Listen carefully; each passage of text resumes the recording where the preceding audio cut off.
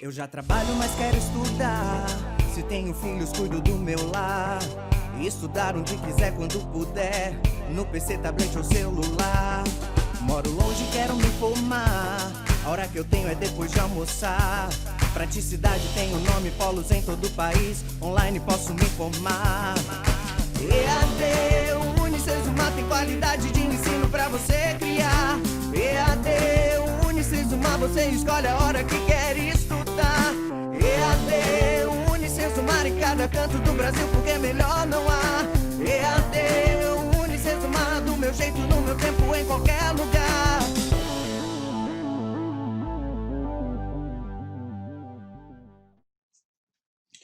Olá, estudante, tudo bem com você? Eu espero encontrá-la bem. Nós chegamos à terceira semana de estudos da nossa disciplina de prática de ensino, concepção e organização. Como você já sabe, meu nome é Patrícia e estou conduzindo as discussões a respeito dessa disciplina tão importante no processo formativo dos licenciados e, no nosso caso aqui, da licenciatura em Sociologia. A gente vem trabalhando com temáticas, gerando aí inquietações, fazendo provocações, porque são pontos muito importantes do nosso processo formativo. Aquilo que a gente vem conversando, algumas coisas que estão sendo colocadas em prática aqui, poderão ser colocadas em prática por você, quando você estiver na sua sala de aula, com a sua turma, com os seus alunos, ou em outros ambientes que você venha trabalhar também, em espaços não formais ou coisa assim. Então, é justamente essa inquietação, esses conflitos que em muitos momentos são gerados, eles têm um propósito, que é o propósito de deslocamento, muitas vezes, das nossas concepções a respeito daquilo que a gente estudou, que a gente tem contato durante o processo formativo. Tá bom?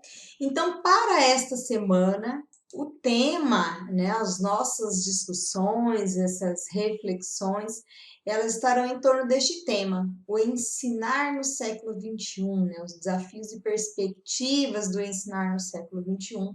Algumas discussões que tem um pouco da nossa unidade 3, do livro didático, de coisas que a gente vem conversando, mas em específico, de maneira mais enfatizada, da unidade 4.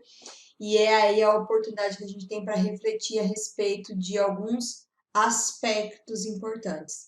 E já para provocar a primeira reflexão, eu tenho aqui uma pergunta para você. Quais competências se mostram imprescindíveis a um professor, a uma professora?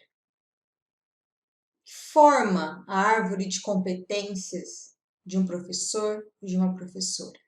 Bem, pessoal, tá? Vou sugerir que você pause o vídeo, anote isso e depois, é claro, você pode levar lá para o nosso debate na live. Mas é uma reflexão essencial nesse momento. Quais competências se mostram imprescindíveis a um professor e uma professora? Te desafio aí a pausar esse vídeo, fazer essa reflexão e essas anotações, ok? Depois que você refletir, que você já pensou, aqui eu falo muito que não existe, quando eu faço essa pergunta, não existe uma resposta certa, uma resposta errada, porque muito do que a gente elege como competência do professor são marcas que a gente carrega do nosso próprio processo de escolarização.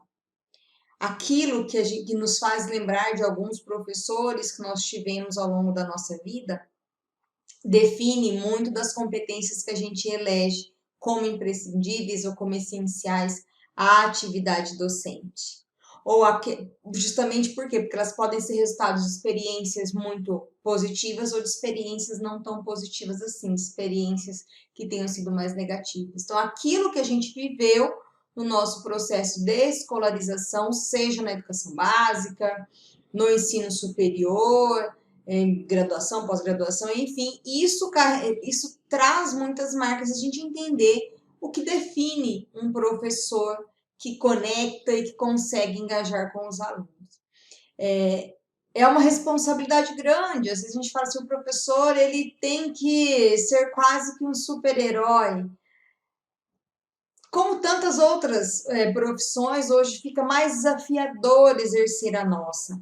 Justamente porque que tem tudo a ver com esse momento que a gente vive, com esse novo século em que a gente está inserido.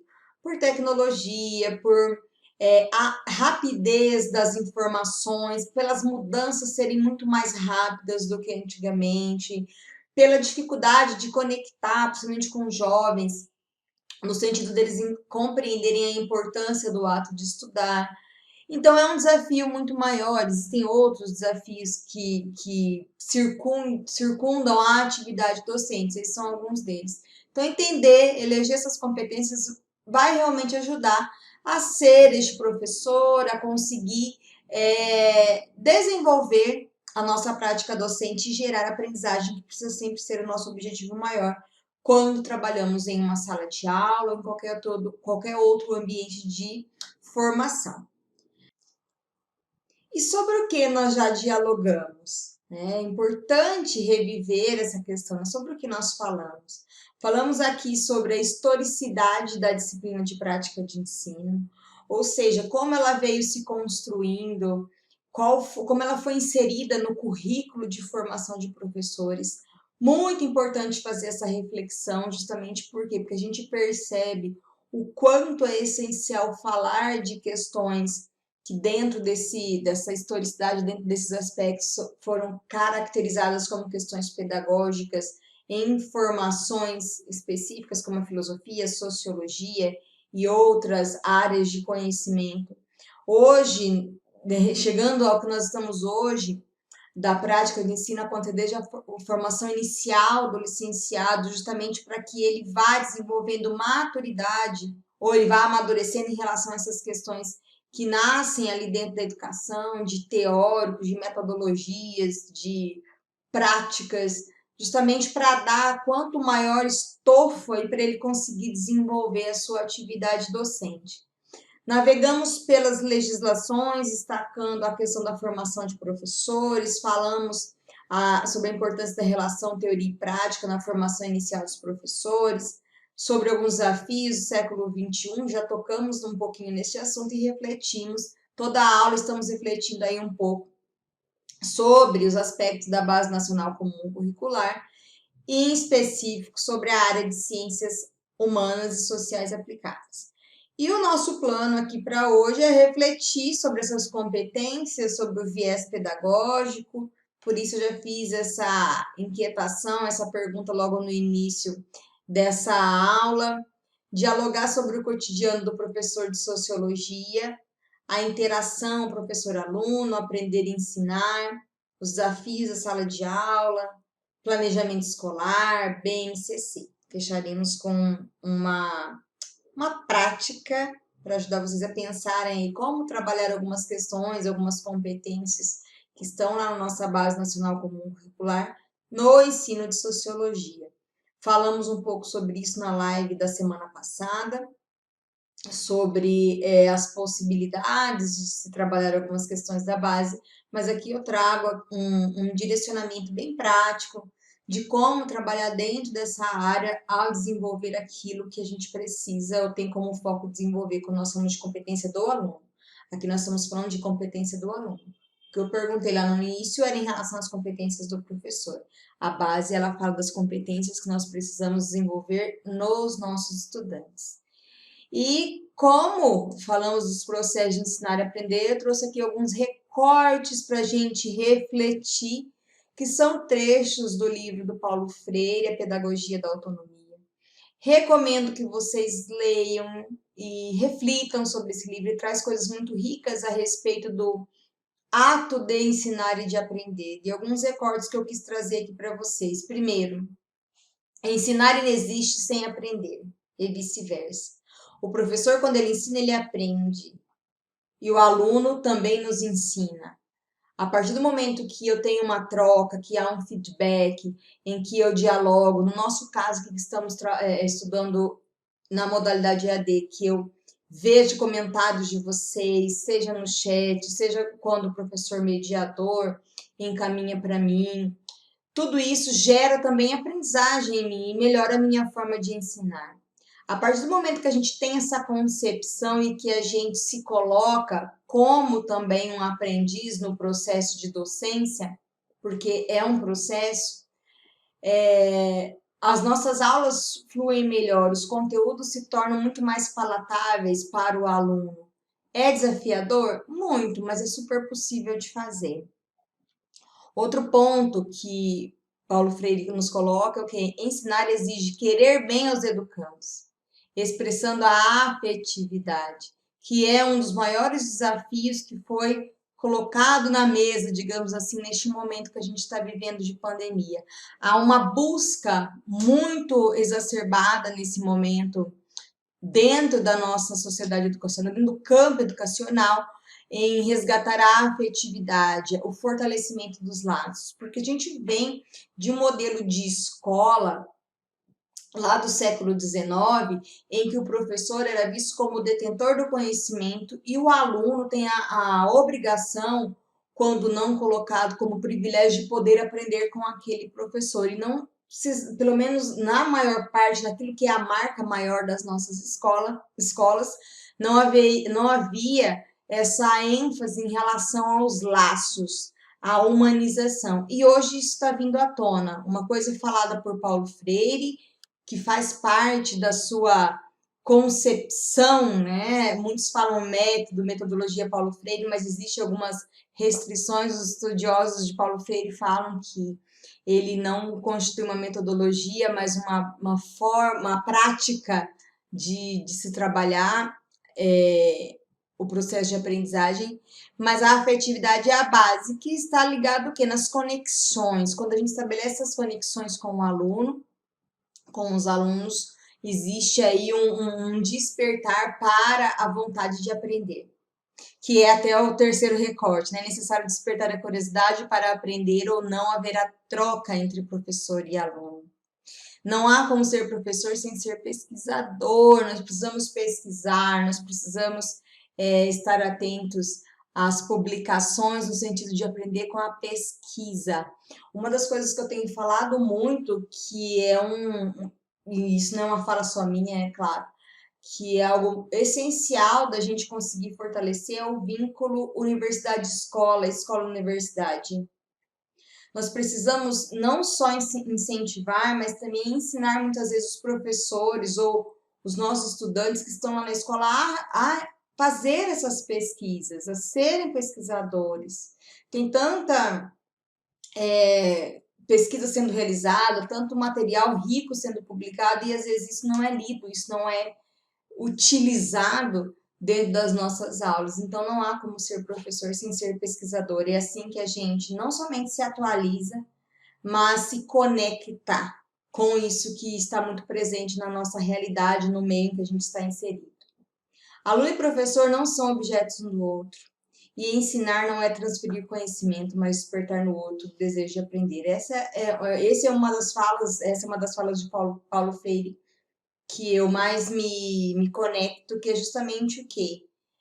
Ter a preocupação de criar vínculo e despertar no outro essa vontade. Então, cada vez que eu faço uma pergunta, é para que você, aí do outro lado, você que está assistindo aí no teu ritmo, que não está diretamente falando comigo, né, nesse momento de maneira síncrona, que você desperte.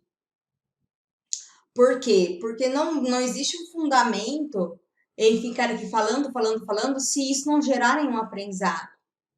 Essa é uma reflexão que nós, enquanto professores, precisamos fazer e já ir trabalhando isso na nossa mente, desde o início da nossa formação e depois quando a gente vai trabalhar com os nossos alunos. Então, são recortes aqui que eu vejo que enriquecem o entendimento a respeito do aprender, do ensinar, dos aspectos aí que permeiam a prática docente, tá? E quando a gente fala nesse desenvolvimento de competências do professor de sociologia, de uma maneira mais específica, eu trago alguns pontos que estão lá no nosso livro didático, mas aqui eu gostaria de propor o quê? Uma reflexão destes pontos dentro dessa área de conhecimento que você escolheu. Então, quando eu falo da prática como componente curricular, eu estou falando de uma formação profissional simultânea com a formação acadêmica. Então, reflita, por exemplo, o mapa, as atividades que você vem fazendo, as atividades de estudo, a forma que as questões são trabalhadas, quando eu tenho um exemplo, quando eu tenho uma situação de caso, quando eu tenho um relato, quando eu falo da experiência, quando o professor vem para a live e conta uma história que aconteceu com ele, isso é formação profissional. Então é importante ter esse entendimento, quando eu falo da prática como componente curricular, até mesmo para que você cobre esta prática durante a tua formação. Olha que interessante, que você esteja apto também a solicitar que haja essa prática dentro da formação que você está fazendo. O outro ponto que envolve o desenvolvimento de competências para você enquanto professor. Revitalização da vida acadêmica pelo exercício profissional. Buscar, é claro que agora a gente está num momento muito desafiador da questão do distanciamento social, mas buscar experiências que possibilitem você viver algumas situações de docência. É claro que no currículo você vai ter o estágio, mas a gente tem aqui, vou falar mais uma vez do mapa, a possibilidade de você mergulhar, de você realmente imergir naquela situação, que vai ajudar o quê? A revitalizar aquilo que está ali nos livros, ao que a gente chama de vida acadêmica. Outro ponto, redimensionamento do significado da presença das atividades serem realizadas pelos alunos nos cursos de graduação. Olha o que a gente faz quando a gente fala da metodologia EAD. A presença, ela é virtual, mas a gente propõe ações práticas ao longo de todo o processo formativo. E a ênfase, é claro, da formação permanente desde os primeiros anos da faculdade. O que isso é um ganho gigante que a gente teve quando, principalmente com essa mudança dos currículos de formação de licenciatura. E agora, caminhando aqui para a segunda parte da nossa aula, algumas competências dos professores no século XXI, eu trouxe essas três para comentar um pouco sobre elas, gerar reflexões. A primeira é a interação em sala de aula. Interagir em sala de aula é um desafio gigante, porque muitas vezes a gente tem salas muito cheias, né? Muitos alunos, mas ali a gente tem condições de criar algumas dinâmicas de trabalho que permitirão aí essa interação acontecer de uma maneira mais leve e fluida, não só para os alunos, mas também para o professor. Coloquei 3 pontos aqui que podem ajudar. Primeiro, um diálogo construído com base na ação e reflexão, daí tem muito da questão do Paulo Freire, daquilo que ele fala do papel do professor e do papel do aluno. O professor se colocar como mediador do processo de aprendizagem está muito certo, principalmente para a gente trabalhar com adolescentes e jovens que já têm uma autonomia, já têm um senso crítico. Então, você se coloca como mediador. Dentro de um senso comum, é muito difícil você tentar medir força com o jovem, com o adulto ou com qualquer público, mas principalmente com esse. Então, você se colocar como mediador do processo, fazer perguntas, essa questão da pedagogia da dúvida, né? De você fazer perguntas ao invés de dar respostas, vai estimular nesse aluno uma interação.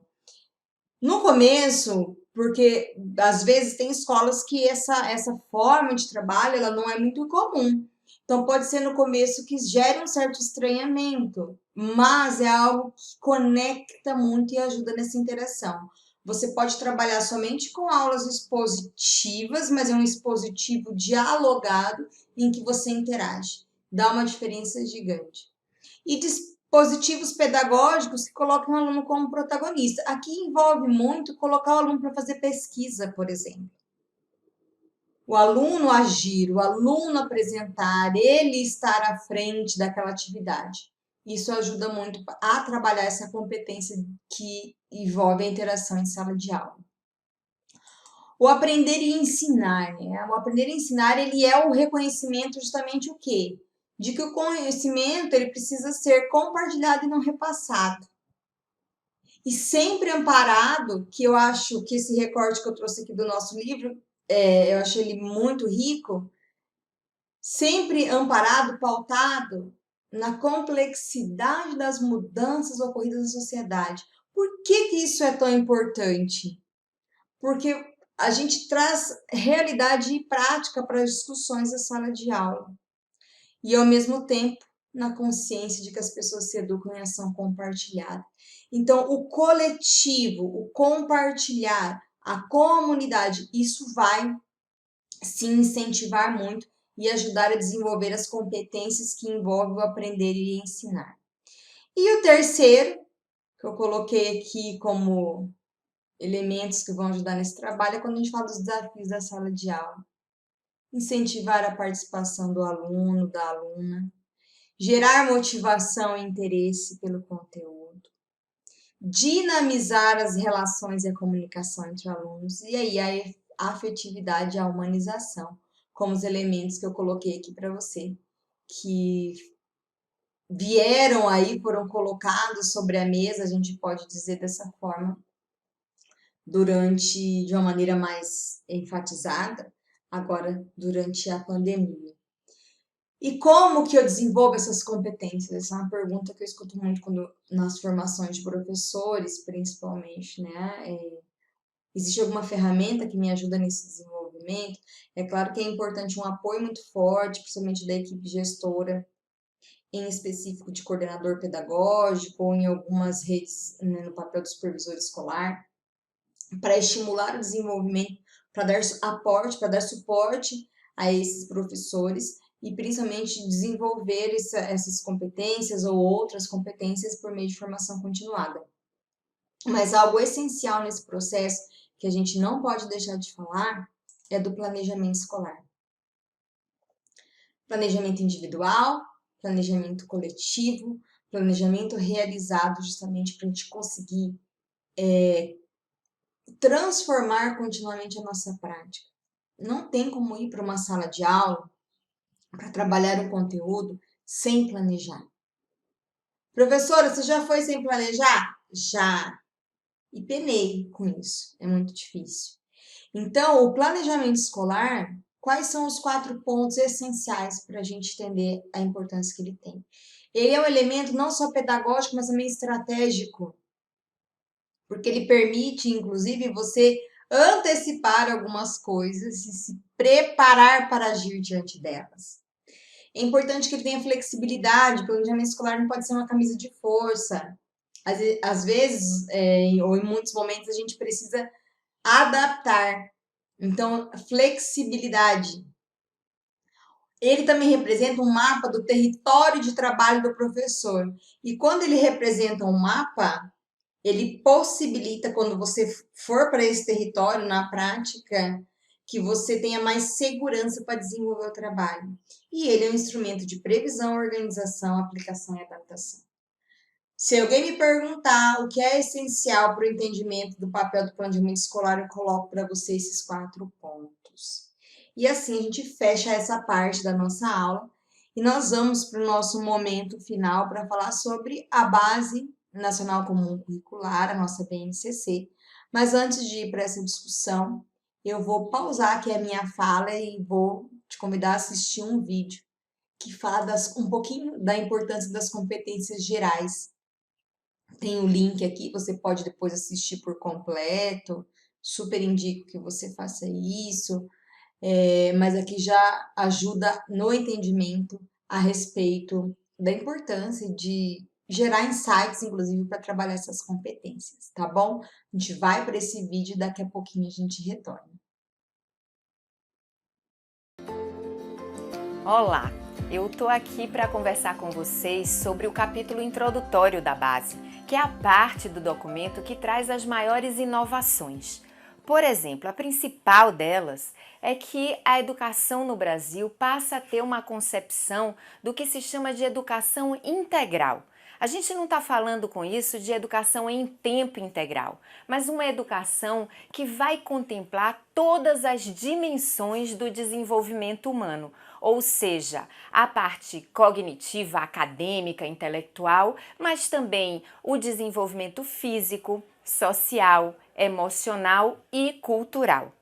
Para desenvolver todas essas dimensões, a ideia então é que os currículos brasileiros, eles possam ter como foco o desenvolvimento de conhecimentos, habilidades e atitudes. Ou seja, não adianta apenas a gente saber sobre os conteúdos, sobre os componentes curriculares. A gente precisa desenvolver nos nossos alunos a capacidade de usar esse conhecimento, ou seja, ter habilidade para aplicar esses conhecimentos, mas também ter atitudes positivas para que essas habilidades então possam resultar em um preparo maior para a vida e para a vida no século XXI.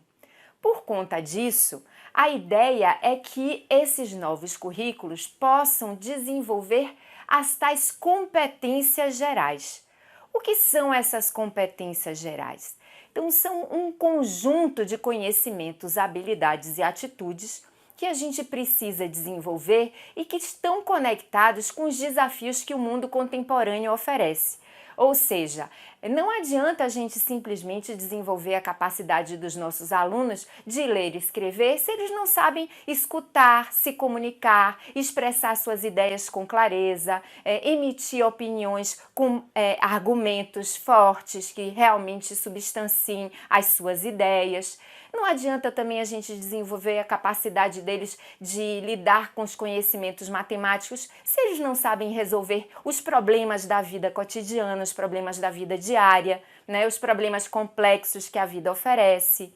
Então, por conta disso, a ideia, então, é que essas competências gerais possam ser desenvolvidas não de forma isolada, como uma disciplina complementar, nada disso, uma aula especial, mas como efetivamente esses conhecimentos, habilidades e atitudes que vão se conectando com as habilidades também dos componentes curriculares.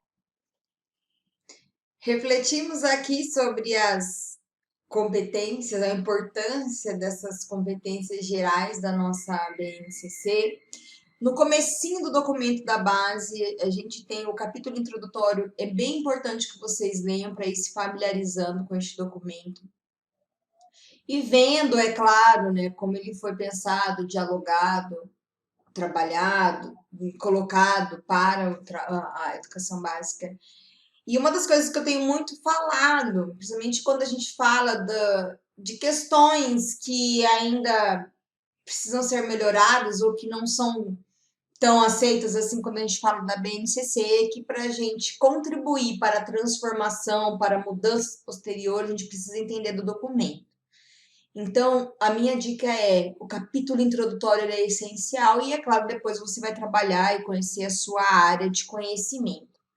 E daí, para fechar com prática esse nosso encontro de hoje, eu trouxe aqui a competência 5 da área de Ciências Humanas e Sociais Aplicadas, que diz o seguinte: identificar e combater as diversas formas de injustiça, preconceito e violência, adotando princípios éticos, democráticos, inclusivos e solidários, e respeitando os direitos humanos. Essa é a competência a competência 5 dessa área, que precisa ser desenvolvida nos alunos. Daí a pergunta é, como materializar em sala de aula? E antes de continuar, é claro que eu vou dar aqui algumas possibilidades, eu te desafio a pausar e fazer uma reflexão. Como que eu faria isso em sala de aula? O que eu desenvolveria com os meus alunos? Ah, prof, nunca fui professora, é meu primeiro curso de licenciatura, é minha primeira graduação. Se coloca no papel do aluno para desenvolver essa competência. Vamos supor, como que isso poderia ser feito em sala de aula? É um desafio para você nesse momento, pausar e antes de seguir para as possibilidades que eu coloquei, que são possibilidades elencadas por mim, você pode trazer outras, que você tenha aí uma ideia de como ser trabalhado, tá bom? Aqui, então, algumas possibilidades para materializar. Estudos de texto para a construção do pensamento sociológico, análise de filmes para a compreensão dos fundamentos da ética em diferentes culturas, o exercício da reflexão na abordagem de circunstâncias da vida cotidiana, trazer situações que isso, inclusive, a gente pode trabalhar com situações regionais, coisas que tenham acontecido que envolvam essa questão e trabalhar isso em sala de aula. Análise de reportagens estimulando o respeito às diferentes, cidadania e aos direitos humanos.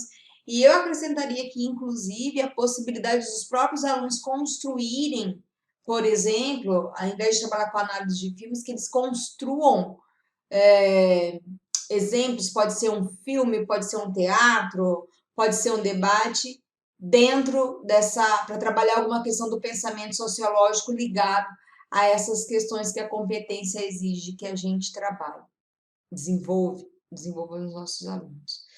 Então, são 4 possibilidades, 5 com essa que eu acrescentei aqui na minha fala, e que eu espero que você tenha pensado em outras também, porque cada um tem uma forma diferente, né, de pensar. Mas eu quis trazer isso justamente para mostrar que não estou falando diretamente de uso de recursos tecnológicos, estou falando muito mais de gerar conexão com o aluno e possibilitar esse trabalho compartilhado em sala de aula. E é disso que a gente precisa muito para que nós consigamos avançar em termos de desenvolvimento do conhecimento e da aprendizagem. E para fechar, é claro, eu trouxe aqui uma frase do Casimiro de Medeiros Campos, que fala que a sala de aula é o lugar onde se tece a elaboração do eu e do outro. Vamos refletir em torno dessa citação, vamos pensar a respeito dessa questão e nos colocar enquanto professores, como professores, mas também como tutores dos nossos alunos, no sentido de compartilhar com eles e mediar a aprendizagem. É desafiador porque o nosso processo de escolarização, na maioria dos casos, não foi feito dessa forma. Então, a gente carrega muito as marcas de como nós fomos ensinados. Mas aqui chega a oportunidade, se não a necessidade da gente se reconectar e muitas vezes nos desconstruir para construir uma prática docente, organizar uma prática docente diferente daquela pela qual nós perpassamos. Tá bom? Espero mais uma vez que essa aula tenha sido proveitosa para você, que você tenha os meus contatos, que você se conectar comigo nas redes sociais, enfim. Mas eu quero principalmente que você saia diferente da forma que você chegou nesse nosso terceiro encontro.